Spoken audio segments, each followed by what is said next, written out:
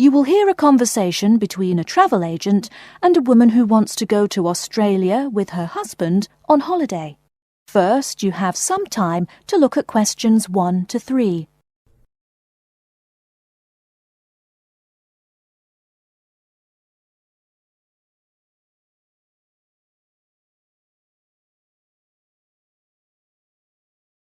You will see that there is an example which has been done for you. On this occasion only, the conversation relating to this will be played first. Good morning. I've been looking at your holidays to Australia in your brochure. I'm thinking of going during the second half of next month. Good morning. As you can see from our brochure, we offer a wide variety of packages to various destinations in Australia. Is there anything in particular that interests you? The woman says that she has been looking at the holidays to Australia in the brochure. So, brochure has been written in the space. Now we shall begin. You should answer the questions as you listen, because you will not hear the recording a second time. Listen carefully and answer questions 1 to 3. Good morning. I've been looking at your holidays to Australia in your brochure. I'm thinking of going during the second half of next month. Good morning. As you can see from our brochure, we offer a wide variety of packages to various destinations in Australia. Is there anything in particular that interests you? Yes, my husband and I are very interested in the holidays in the outback. These holidays are becoming increasingly popular. Would you like to arrange flights and accommodation with us, or just accommodation? Can you arrange flights from Sydney? Certainly. OK, flights and accommodation then. Right, you said that you wanted to travel next month. Which date would you prefer? I should point out that there are no daily flights available, so if you have a flexible itinerary, that's better. Well, we arrive in Sydney on the 15th of April, and we were thinking of travelling to the outback on the 18th of August. April. OK, there's only one flight from Sydney to Alice Springs on the 18th, so I'll book you on that. It leaves at 10 in the morning, which is quite convenient.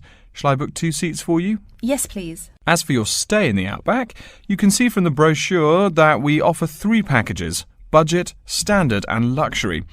The budget package is about $500 Australian dollars, the standard package is about $700 and the luxury one is approximately $1,000, though it does depend on exactly what you would like regarding extras. Which one would you prefer?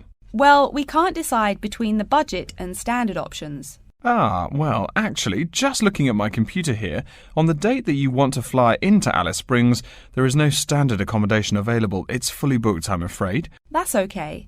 We think that the cheapest one should be fine for us. We don't mind roughing it for a few days, and we don't expect to be spending much time at our accommodations. We prefer the outdoors. Right, let's look at the room options. Before you hear the rest of the conversation, you have some time to look at questions 4 to 10.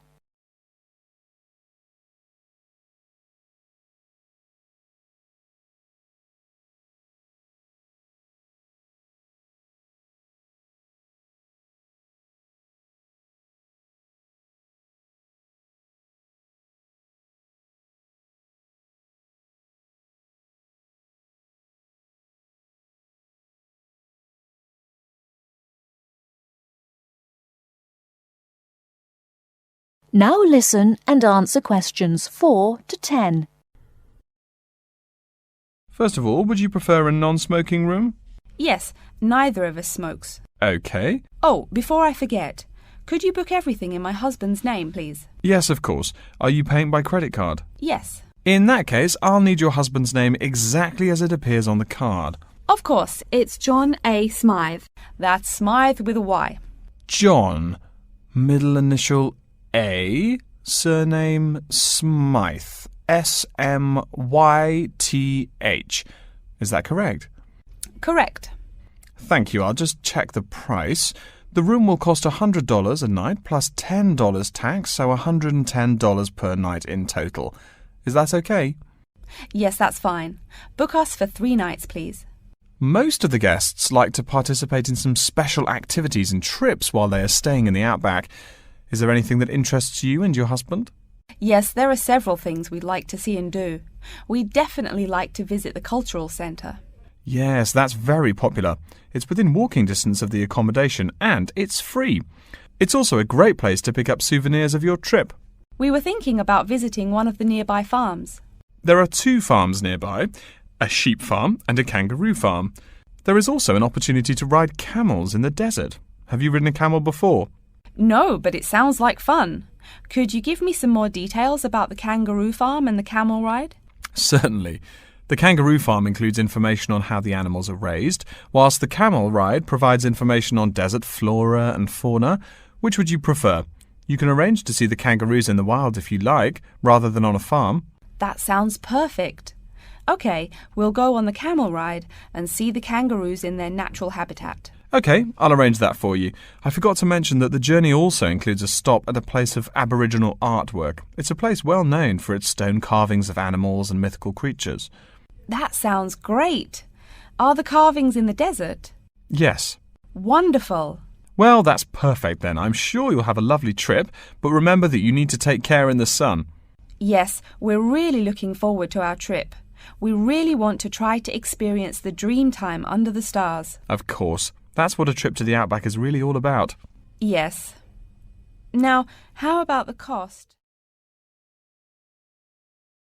That is the end of section 1. You now have half a minute to check your answers.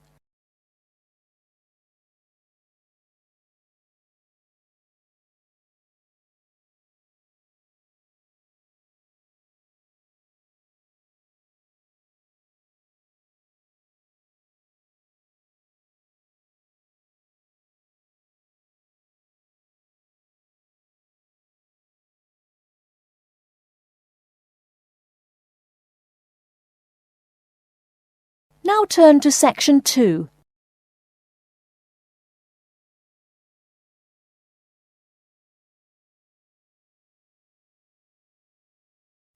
Section 2. You'll hear an announcement which is looking for some volunteers. First, you have some time to look at questions 11 to 15.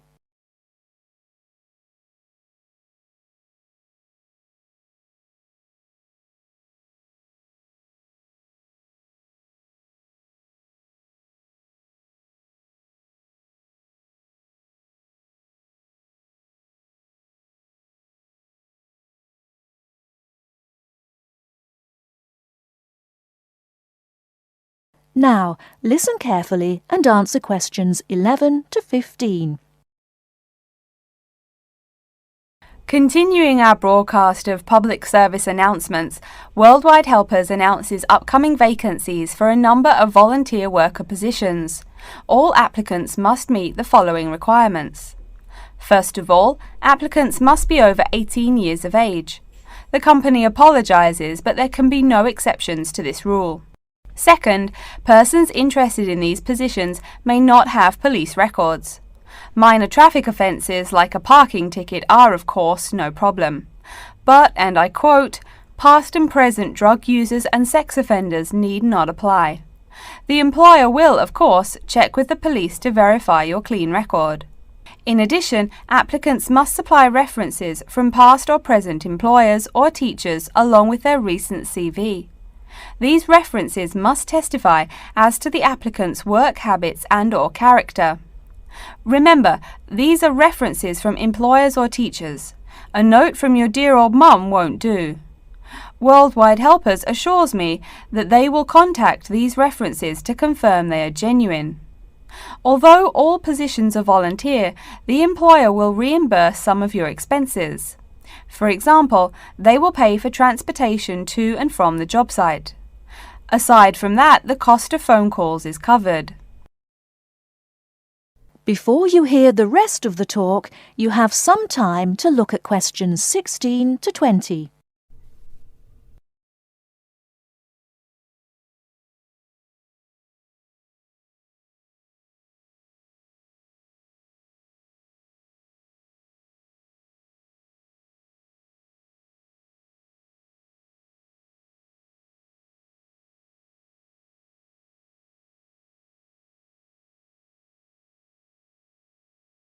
Now listen and answer questions 16 to 20. As for the positions themselves, there are 3 types. The first involves assisting persons confined to wheelchairs.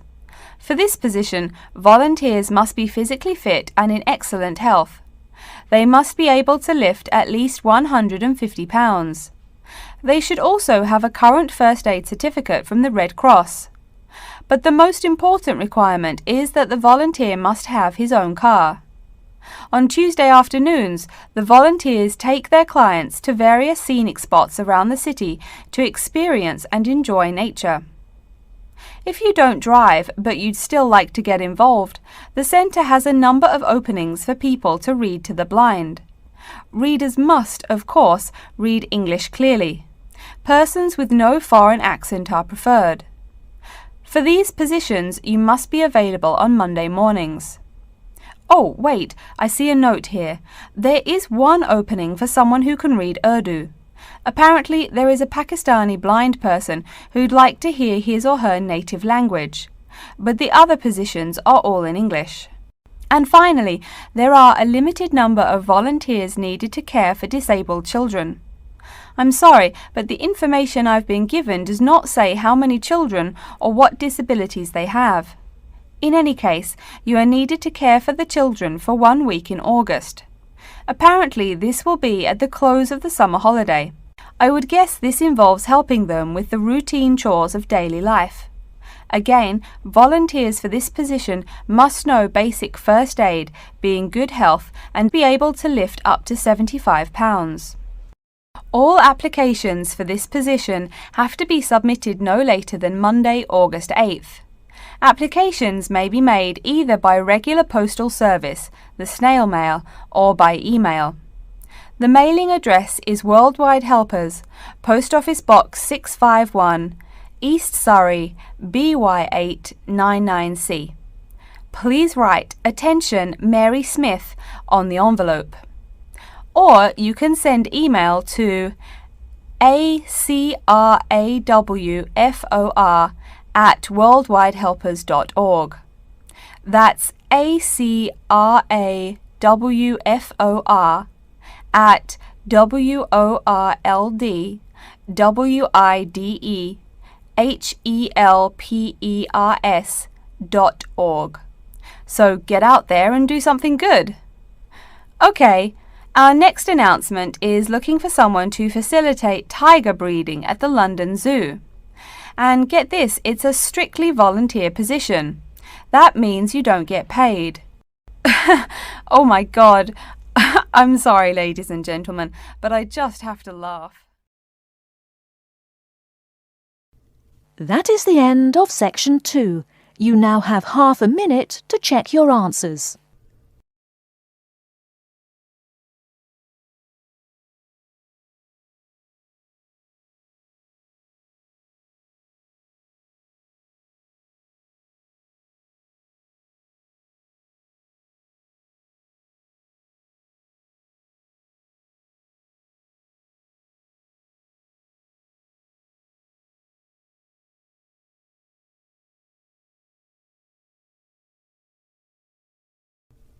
Now turn to section 3.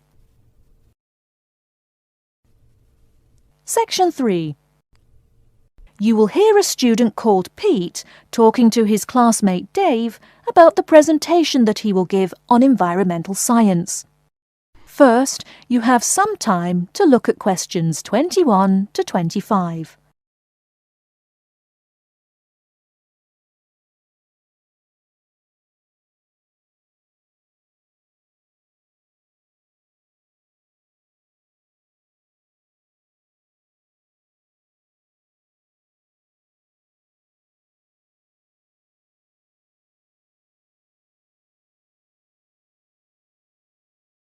Now listen carefully and answer questions 21 to 25. Are you just leaving the library now? I saw you get there at 8 a.m. Yeah, I've been there all day. What for? They hire a cute new librarian or something? I wish. No, it's the presentation that I will give in environmental science the day after tomorrow. What's it about? I heard you were really excited about the class. And Dr. Schnee also calls you for the arcane questions, as he calls them. It's about environmental damage in the Yucatan. Excuse me, what? Or is that where? The Yucatan. It's a state in southeast Mexico. So what's happening there? Agriculture is having a really adverse impact on the environment. There are too many farmers doing too much farming. It's really destroying the forests and ruining the soil. Deforestation is a major problem there now. How did you learn about this? I don't recall Dr. Schnee saying anything about it in lecture. Yes, but my brother went there last month. You know, to look at the old cities like the Maya Indians built. That's what first got me interested. Your brother Tom? No, Dick, Harry's twin. Anyway, he told me how few trees there were now, and how much empty ground that grows almost nothing. He said the place looked more like the desert than jungle in some parts. It brought environmental damage, so I started looking for materials in the library. Here, look at this magazine. What's in it? It's an old issue of National Geographic. It includes interviews with tourists who have been there in the past few years. It's pretty bad. See the photos? I see the photos, but one or two photos don't prove anything. Then read what the article says. Right there. The first thing it points out is how soil samples show it's hard for anything to grow there. It says how an area of 21,000 square kilometers has lost most of its forest in the past 10 years. See, there are graphs. As the number of farmers increases, the acres of forest have decreased. It's an inverse relation. Before you hear the rest of the talk, you have some time to look at questions 26 to 30.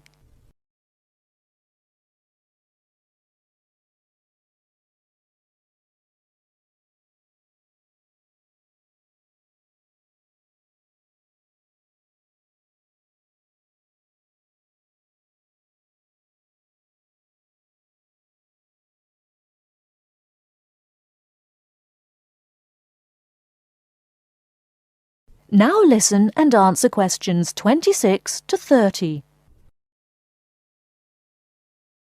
So, how big is that state? I'm sorry, but I've never really learned the metric system. It's bigger than the state of Massachusetts. That's shocking.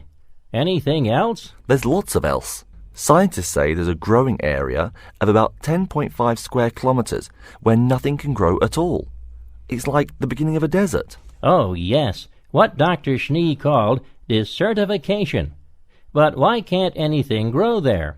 I've never really studied soil chemistry. I'm just starting to look into that subject, but my sister Marie is a geologist, and she says the problem is that the soil has too much saline, with no plants helping to adjust the chemistry. Apparently, that's a common problem with soil types throughout the areas with rainforest. Once you lose the plant cover, it's difficult to bring it back. Reforestation is almost impossible, even if the land is not being used for other purposes. Wait a minute. What is saline? Saline is salt dissolved in water. Scientists who have gone there have taken measurements. They do this by gathering a sample of the soil and running a simple test that shows the ionization of the solution. The geology department in our own university has reviewed the soil at the site too. They're right. It looks pretty bad. The level of salinity is going up. But the plants that would solve that problem can't be planted in soil like that. There is a narrow spectrum of salinity in which the plants will grow. And once you pass the threshold, there is no way to put the problem right? Exactly. It's possible that no one can do anything to stop the trend now. And all because of human greed. Wait a second. How do you know these scientists can be trusted? What kind of reputation do they have?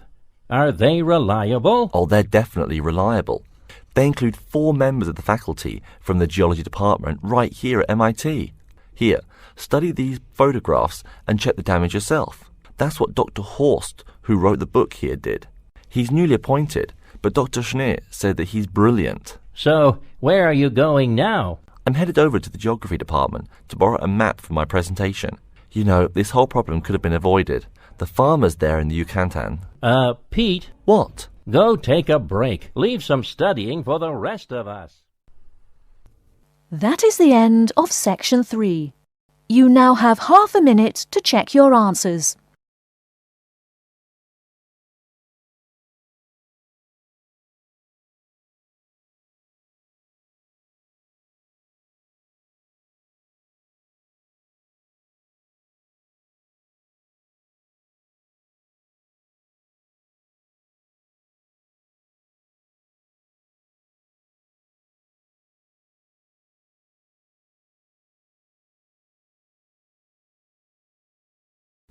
Now turn to Section 4. Section 4. You will hear a lecture's introduction to Insect Biology 101. First, you have some time to look at questions 31 to 40.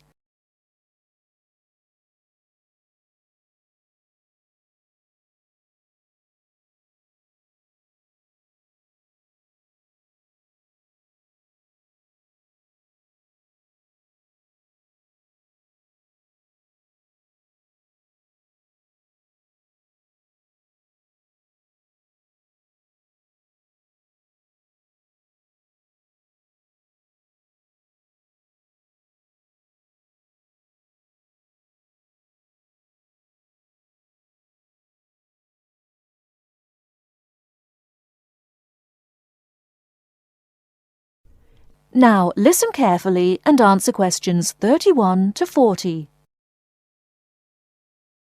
Good afternoon and welcome to Insect Biology 101.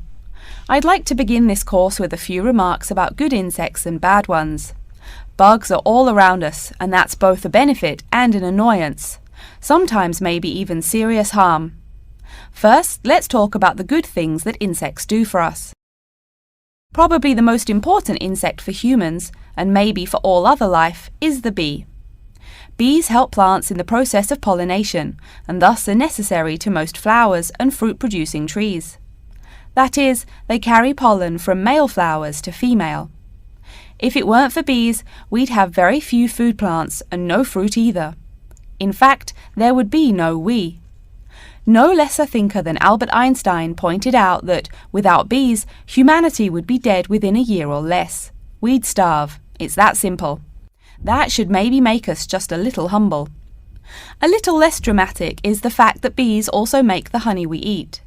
Moreover, they produce beeswax, which is useful in candles and is also used as a first-rate furniture polish. Sure, these may not be vital to our lives, but they can serve as reminders of how important bees are. That's a point I keep coming back to in this course. Though, in all fairness, I should point out that butterflies aid in pollination as well as bees. Now, here in Michigan, what's the worst part of summer? Yep, that's right, mosquitoes. But I'm talking about helpful insects, right? So let's look at the dragonfly first. If there were no dragonflies, there would be even more mosquitoes. Dragonflies mainly eat mosquitoes and also a few other insects. Yes, that's right. They don't just fly around, and they also help to eliminate harmful insects. So the next time you see a dragonfly, don't you dare kill it. Now, let's talk a little about those harmful insects. Take the mosquitoes I just mentioned as an example. Not so many years ago, mosquitoes here in America weren't just annoying, some were even deadly. They carried malaria and yellow fever. My own ancestor, the Confederate General John Bell Hood, lived through the worst battles of Civil War, only to die at age 38 from yellow fever. A pest, not a bullet. Well, besides the mosquitoes, in summer there is also a kind of insect that never seems tired. Right, that is the fly. Before I go on talking, I must mention an African fly called the tsetse fly, which feeds on blood and can cause serious diseases in the people and animals that it bites. Besides, it is still a bearer of sleeping sickness, which affects around 300,000 people every year in Africa, and can be treated only with toxic drugs that are hard to administer. Worse still, the drugs sometimes don't work. Other insects, of course, destroy food crops. In China, for instance, locusts continue to be a danger to the harvest in some areas. Less important, but still annoying, moths eat people's clothes and dust mites slowly destroy carpets. Worse, but still in the home, termites or white ants eat wood, the wood of your house. If they are not stopped, they can eventually destroy the whole building. Usually they seriously damage a building before anyone even notices them. So, as we all know, insects can be a real trouble. So, what to do? You can go ahead and start killing harmful insects.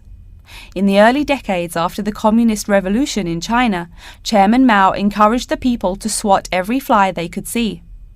Slogans on the walls of buildings called them little capitalists. But flies reproduce too quickly for this to be a long-term solution. For some decades in the West, to kill insects with chemicals seemed a good remedy. Unfortunately, chemicals can only be used in a limited area for a limited time. It's a small-scale solution. The insects come back. Worse still, some of the poisons used, like DDT, were found harmful to the environment. Many kinds of wildlife, like hawks, were harmed. And people in chemical-using rural areas have one of the highest rates of liver cancer in the world. It's no secret that chemicals remain harmful to humans. Like all species, insects adapt to their changing environments at an amazing rate. When a new chemical is introduced to their habitat, the insects that survive are generally the ones with some way of resisting the harmful effects. They then breed with the other survivors, and just like that, insects become resistant to most poison in a few generations. An insect generation, remember, is a couple of months at most. So again, we have to ask, what to do? Well, there are biological solutions. Some of these are pretty simple. One is destroying the insect's habitat. You take away their home or food. Cleaning your kitchen is the best way to prevent roaches. No garbage, no food. Getting rid of marshes and swamps eliminates mosquitoes.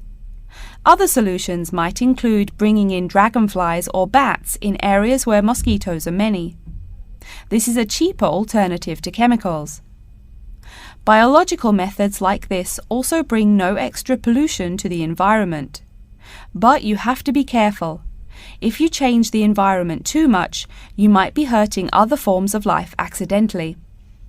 One recent method of controlling insect populations involves interrupting their breeding cycle.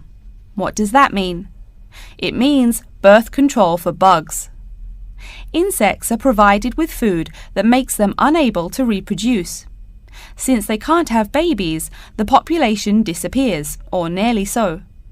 And since no young are born, resistance is not a problem, with no young insects developing increased resistance. Interrupt the life cycle, eliminate the bug. It's clear that we must have an understanding of the life cycle of the insect. At least, that's the plan. We'll go into more detail as the course goes along. Now, I will stop here to see whether you have any questions or not. That is the end of section 4. You now have half a minute to check your answers.